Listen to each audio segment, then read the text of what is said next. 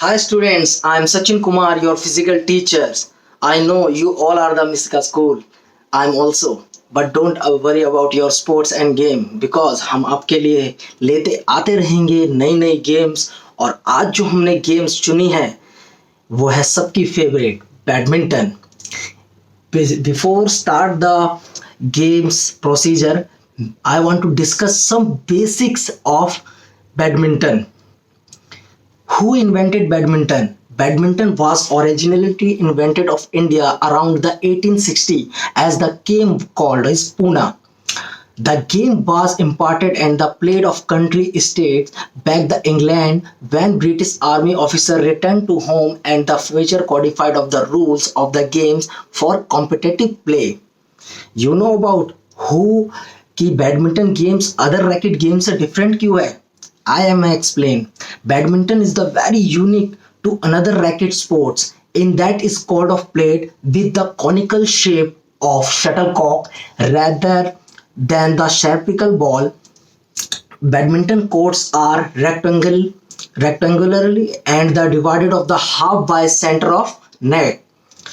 Regardless of the game of type of court are usually marked for the both singles or double games. अब हम इसके बारे में हम और अच्छी तरीके से जानने के लिए कि बैडमिंटन कोर्ट के अंदर कैसे कैसे पॉइंट टेबल होती है, क्योंकि हमें पहले बेसिक जानने की बहुत ज़रूरी है।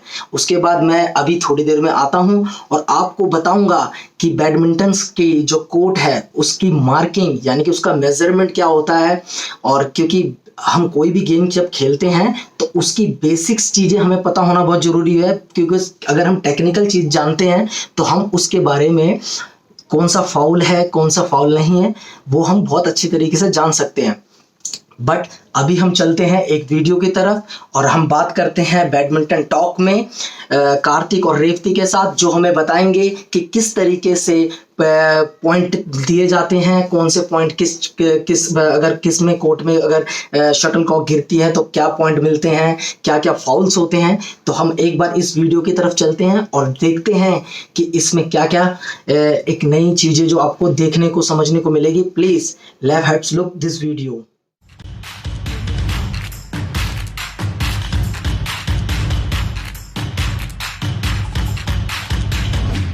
Audio Jungle. Audio Jungle. Audio Jungle. Score count कैसे करते हैं, चलो देखते हैं। बैडमिंटन मैच में 3 गेम्स रहती है। पहले जो 2 गेम्स जीत जाता है वो मैच जीत जाता है। हर एक गेम में 21 पॉइंट्स रहते हैं। The first to reach 21 points wins the game. अब मैं और रेवती एक एग्जांपल मैच खेलेंगे। जैसे मैच प्रोग्रेस होगा वैसे मैं आपको स्कोरिंग और रूल्स एक्सप्लेन करूंगा। मैंने टॉस जीत लिया है और सर्व करने को डिसाइड किया है। रेवती उसके मनपसंद की साइड चूज कर सकती है। ये मैच का पहला गेम है। अब स्कोर है 0 ऑल। 0 को लव बोलते हैं तो लव ऑल भी बोल सकते हैं। मैं सर्व कर रहा हूँ और मेरा स्कोर है 0। 0 एक इवन नंबर है। जब आपका स्कोर इवन रहता है तो अपने राइट हैंड साइड के कोर्ट से सर्व करनी चाहिए। ख्याल रखे सर्व हमेशा क्रॉस कोर्ट की जाती है। मैं ये दिखाए गए एरिया में सर्व कर सकता हूँ। मैंने सर्व इधर कर दी है, लेकिन इधर सर्व करना अलाउड नहीं रहता है। ये पॉइंट रेवती को मिल गया। इसको पॉइंट मिल जाता है, वो सर्व करता है और जो सर्व करता है उसका स्कोर पहले बोलते हैं। तो स्कोर है 1-0 या 1 लव। 1 एक ऑड नंबर है। जब ऑड नंबर स्कोर रहता है तब अपने लेफ्ट हैंड साइड से सर्व करनी चाहिए। तो रेवती की लेफ्ट हैंड साइड मतलब ये कोर्ट। रेवती को ये एरिया में सर्व करना है। मैंने शटल नेट में मार दिया है तो ये फाउल है। रेवती को और एक पॉइंट मिल गया। स्कोर है 2 लव। 2 एक इवन नंबर है तो रेवती अभी उसके राइट हैंड साइड से सर्व करेगी।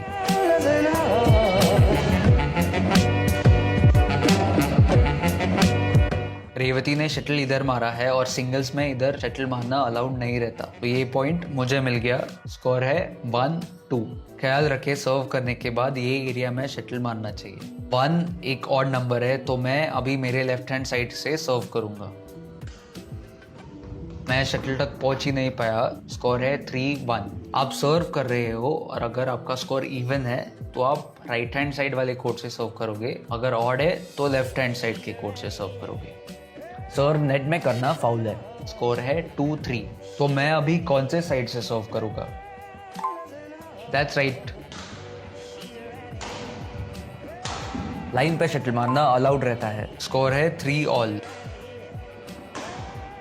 शटल बॉडी को टच होना फाउल है। चलो ये गेम फास्ट फॉरवर्ड करते हैं। अब स्कोर है 10-5। आप रैकेट से नेट को टच नहीं कर सकते। स्कोर है 11-5। स्कोर 11 तक पहुंचने के बाद दोनों प्लेयर्स 1 मिनट का वाटर ब्रेक ले सकते हैं। स्कोर है 13-20। गेम जीतने के लिए रेवती को बस 1 पॉइंट चाहिए या 13 गेम पॉइंट। एक बाउंस के बाद शटल मारना मना है। रेवती फर्स्ट गेम जीत गई है। एक गेम के बाद दोनों प्लेयर साइड चेंज करते हैं और उनको 2 मिनट का ब्रेक मिलता है। रेवती फर्स्ट गेम जीत गई तो वो सेकंड गेम में सर्व करेगी। आप बॉडी नेट को नहीं टच कर सकते। स्कोर है 1 लव।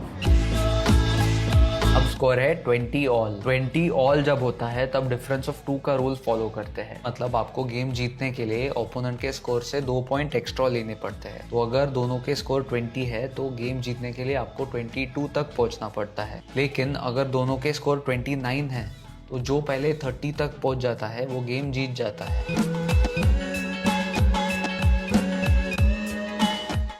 ये रैली मैं जीत गया। स्कोर है 21-20। मैंने सर्व रॉन्ग कोड कर दी है तो अब स्कोर है 21-all। अभी जो पहले 23 तक पहुंचेगा वो ये गेम जीत जाएगा। शटल नेट को लग के उस पार जाना अलाउड है। स्कोर है 22-21।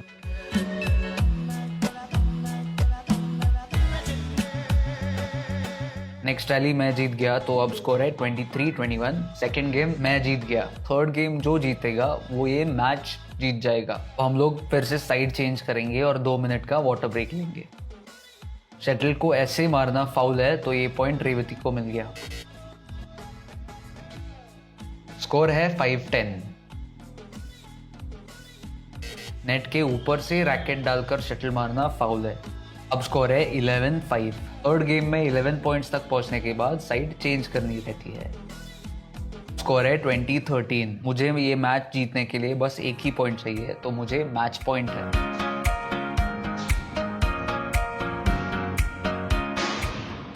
तो इस प्रकार से मैं ये मैच जीत गया हूँ।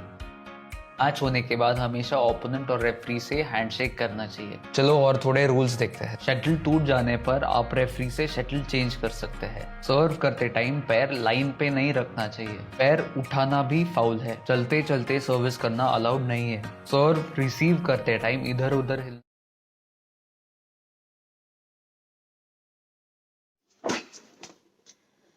सो स्टूडेंट्स, अभी हम बैडमिंटन टॉक शो में गए। वहाँ पे हमने बात करी कार्तिक और रेवती के साथ और उन्होंने हमें बताया किस किस तरीके से इसके अंदर जो बेसिक्स जो इसके टूल्स हैं, यानी कि कैसे सर्विस कराई जाती है, ऑड इवन में कैसे कराई जाती है, किस तरीके के फाउल्स होते हैं, कितने सेट इसके मैचेस होते हैं, और हमने उनसे जाना कि किस तरीके से गेम को एक्सचेंज किया जाता है। अब हम बात करने जा रहे हैं इसके सबसे मेजर पार्ट पर, इसके मेजरमेंट पर, क्योंकि बिफोर कभी भी हम बैडमिंटन जब गेम खेलते हैं तो हमें अपने कोर्ट के बारे में ज़रूर पता होना चाहिए। तो इसका जो कोर्ट का साइज़ होता है, उसकी जो लेंथ होती है वो होती है 13.41 मीटर, और जो इसकी विड्थ होती है वो होती है 6.1 मीटर। और इसके अंदर 2 तरीके की लाइंस होती है, एक होती है सिंगल साइड लाइन और एक होती है डबल साइड लाइन। और जो 2 कोर्ट है इसको हम हाफ पैरेलल में डिवाइड करते हैं। एक होता है लेफ्ट सर्विस कोर्ट और एक होता है राइट सर्विस कोर्ट, जैसे कि आप ऊपर इस इमेजेस में देख रहे हैं। अब उसकी जो डिस्टेंस होती है नेट से, यानी कि नेट से जो राइट और लेफ्ट सेंटर सर्विस कोर्ट होता है उसकी जो डिस्टेंस होता है वो होता है 1.98 मीटर, और जो इसकी डबल और सिंगल्स की जो डिस्टेंस होता है वो होता है 0.46 मीटर्स। तो ये हमने मेजरमेंट की बात करी, इसमें हमने मेजरमेंट जाना। अब हम बात करते हैं बैडमिंटन के रैकेट की ग्रिप की।